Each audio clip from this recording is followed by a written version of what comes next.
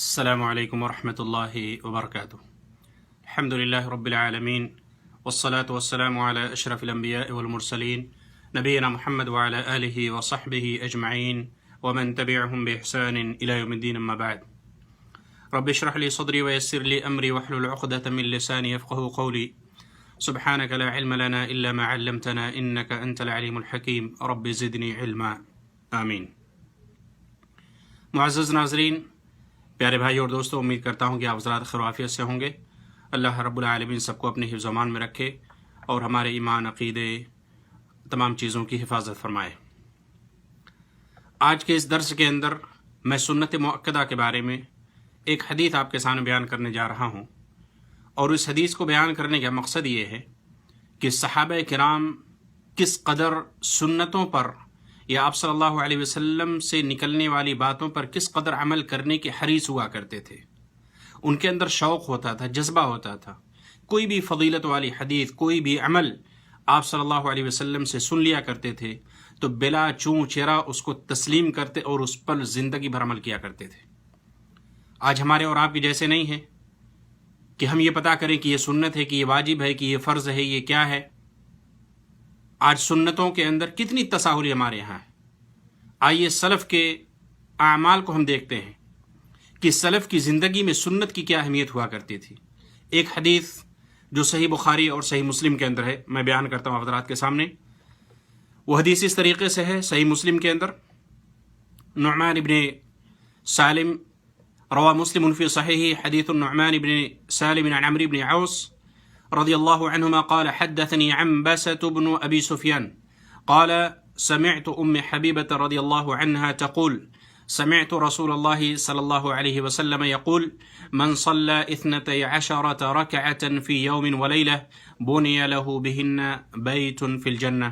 صحیح مسلم حدیث number 1727 number کی حدیث ہے. نعمان بن سالم و عمرو بن عوس سے روایت کرتے ہیں.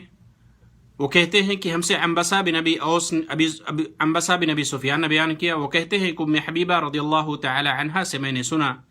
وہ کہتی ہیں کہ اللہ کے نبی صلی اللہ علیہ وسلم نے ارشاد فرمایا، جس نے دن اور رات میں 12 رکعتوں کو پڑھا، 12 رکعتیں جس نے دن اور رات میں پابندی کے ساتھ پڑھا، بنی لہ بیت بہن فی الجنہ، تو اللہ رب العالمین ان 12 رکعتوں کی وجہ سے جنت کے اندر اس کے لیے گھر بنائے گا.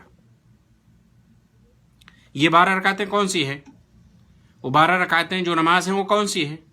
جس کو ہم اور آپ اردو زبان کے اندر، اپنی زبان کے اندر سنت مؤکدہ کہتے ہیں. یہ وہ نمازیں ہیں جو سنت ہیں، جن کو نفل کہا جاتا ہے، سنت مؤکدہ کہا جاتا ہے، جو فرض نماز سے متعلق ہے، جو فرض سے پہلے اور بعد میں پڑھی جاتی ہیں. اور وہ نمازیں کتنی ہیں، وہ رکعتیں کتنی ہیں؟ 12 رکعت ہیں. اللہ کے نبی صلی اللہ علیہ وسلم نے بیان فرمایا کہ جو ان 12 رکعتوں کو پڑھے گا دن اور رات کے اندر، تو اللہ رب العالمین ان 12 رکعتوں کے ذریعے سے، پابندی کرنے کی وجہ سے، جنت کے اندر اس کے لیے کیا بنائے گا؟ جنت میں ایک گھر بنا دیا جاتا ہے. جنت میں ایک گھر بنا دیا جائے گا.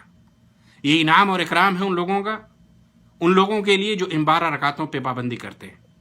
اور وہ 12 رکعتیں کون سی ہیں؟